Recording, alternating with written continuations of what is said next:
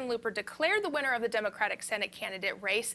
He will face incumbent Republican Cory Gardner come November. So let's go ahead and go to CBS4's political specialist, Shaun Boyd, in the main studio, ready to talk with the senator. Shaun? Yeah, so Kelly, the stage is now finally set. We now know former Governor John Hickenlooper is the Democrat who will take on incumbent Senator Cory Gardner in one of the biggest Senate races in the country, one of two races that could decide which party controls the U.S. Senate. And so let's talk to the incumbent. He's joining us via Zoom. Thank you, Senator Gardner, for being here with us. Hey, Shaun, thanks for having me. So rather than asking you if you're surprised by these results in the Democratic primary, I want to ask you, you've got an ad already running about Hickenlooper, which would suggest that you were more worried about him being your opponent than Romanoff, despite all of these controversies that have trailed him over the last few weeks. Why is that? Well, look, I assumed that John Hickenlooper was going to be our opponent all along. That's because Chuck Schumer, and you saw it over the last couple of weeks, has put millions and millions and millions of dollars behind the Washington, D.C. favorite candidate, John Hickenlooper.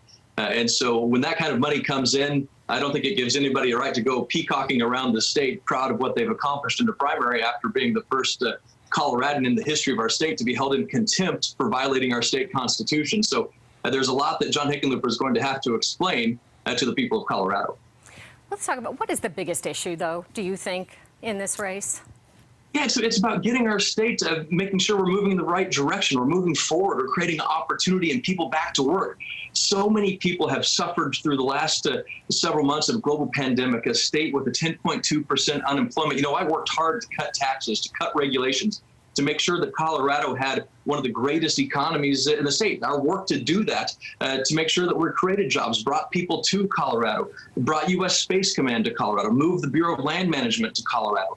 Those are the kinds of things that we're going to continue to do because, you know I'm biased as a Coloradan. This is the greatest state in the union. This is the greatest state in the country. And we have to make sure that we're fighting tooth and nail for it because I believe in the people of Colorado. So if the economy is, in fact, which it usually is, the biggest issue in the general election, doesn't that hurt Republicans given what the unemployment rate is with the COVID shutdown? Well, if you think about going into the health pandemic, we had a record economy. We had record jobs being created. We had wages growing. We had more people getting better jobs, women, minorities, more job creation in each of those sectors and opportunity zones that I helped create and sponsor. We had higher wage growth for our lowest earning workers. Those are the kinds of things that we have to get back to. What we'll see in November is, John Hickenlooper wants to massively increase taxes. John Hickenlooper wants to eliminate opportunity zones. John Hickenlooper wants to fire 250,000 Coloradans who work in energy. That's not a recipe for economic recovery. That's a recipe for disaster. I believe in Colorado, and you believe in Colorado, you can do anything. If you believe in Chuck Schumer, you turn into John Hickenlooper. You know this, Colorado Senate races are historically decided by just a few points. Right. That means the candidates need to lock down their base, which means you need President Trump's support and you have his endorsement with the Republicans, but you also need that small sliver of true independence. And the president does not poll very well with those unaffiliated voters. So he's on one side your biggest asset, on the other side your biggest liability. How are you going to balance that? Well, look, I'm the third most bipartisan member of the United States Senate for a reason. It's because I reach across the aisle and work together to find common ground and solutions. I led the passage of the Great American Outdoors Act last week out of the Senate. It's the biggest conservation victory that this country has seen in over 50 years. I've led the passage of legislation to help Colorado complete our Veterans Hospital in Aurora, to build a clean drinking water pipeline in southeastern Colorado, the Arkansas Valley Conduit, getting the money for a pipeline that was first authorized under John F. Kennedy, but hadn't been under construction until we got the money for it. So, these are the kinds of things that I'm going to be talking about. And this isn't a Republican issue or a Democrat issue. It's a Colorado issue. And that's what I'll continue to be focused on. Still, President Trump has not expanded his base here in Colorado, a state that he lost in the last election. What does he have to do to expand that base and help you win? Well, look, we need to do everything we can for the state of Colorado. And that's why I welcome anybody, Republicans and Democrats, to work with me to accomplish that. If you look at the fact, what we've been able to do together so far, we've opened up the U.S. Space Command in Colorado Springs. As I mentioned, we've moved the Bureau of Land Management headquarters to Grand Junction.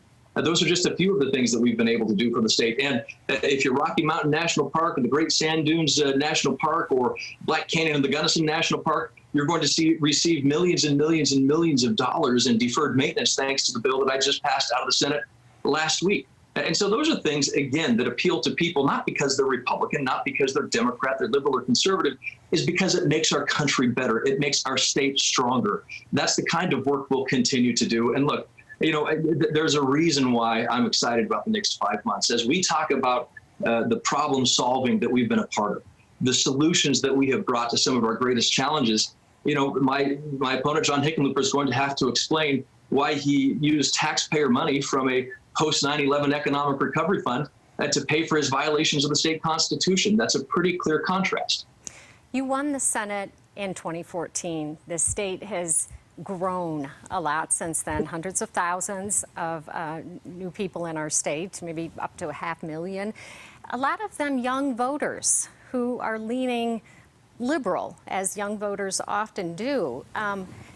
What do you do to get their vote? They weren't here in 2014 when you beat incumbent Mark Udall.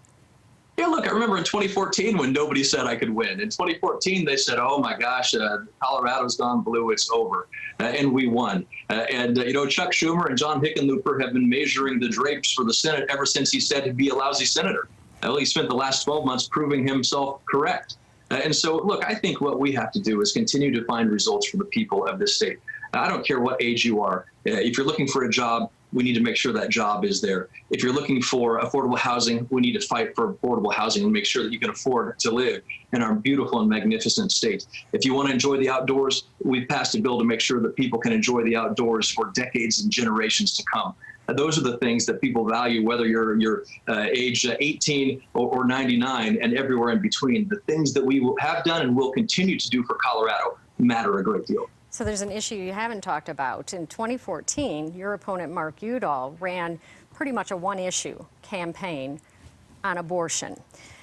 The New York Times had an article recently that said abortion is becoming a pivotal issue. Will it work better in Democrats' favor this year than it did in 2014? Do you see it being a pivotal issue? Look, I know there are some who want to be social issue warriors. That's not me. I believe in focusing on the economy. I believe in focusing on jobs. I believe in focusing on opportunity for the people of Colorado. If John Hickenlooper wants to focus on abortion, that's what he'll do. I'm pro-life, and that's something that my record's very clear about. But if they want to focus on social issues, I guess that's what they'll do. I think Colorado I want to make sure I'm fighting for jobs and opportunity for all the people of Colorado, and they can be social issue warriors if they want. Do you support the ballot measure on late-term abortions? Look, I've supported measures in the U.S. Senate that have been similar to that, to protect life. But again, that's something I'm sure that John Hickenlooper is going to try to do, because he couldn't even answer that question on a radio interview with Dan Kaplis not too long ago, where he stood on this issue. All right. Well, that's all I have. Is there anything else you want to leave us with? Yeah, look, I think Colorado deserves somebody who's going to fight tirelessly each and every day for the state, and I'll continue to do that. It's why we brought results to Colorado. And I've said it before, when you believe in Colorado, anything's possible. I believe in Colorado, and that's why we're going to get this done come November. It will be an interesting race. Thank you for taking the time to join us, Senator Gardner.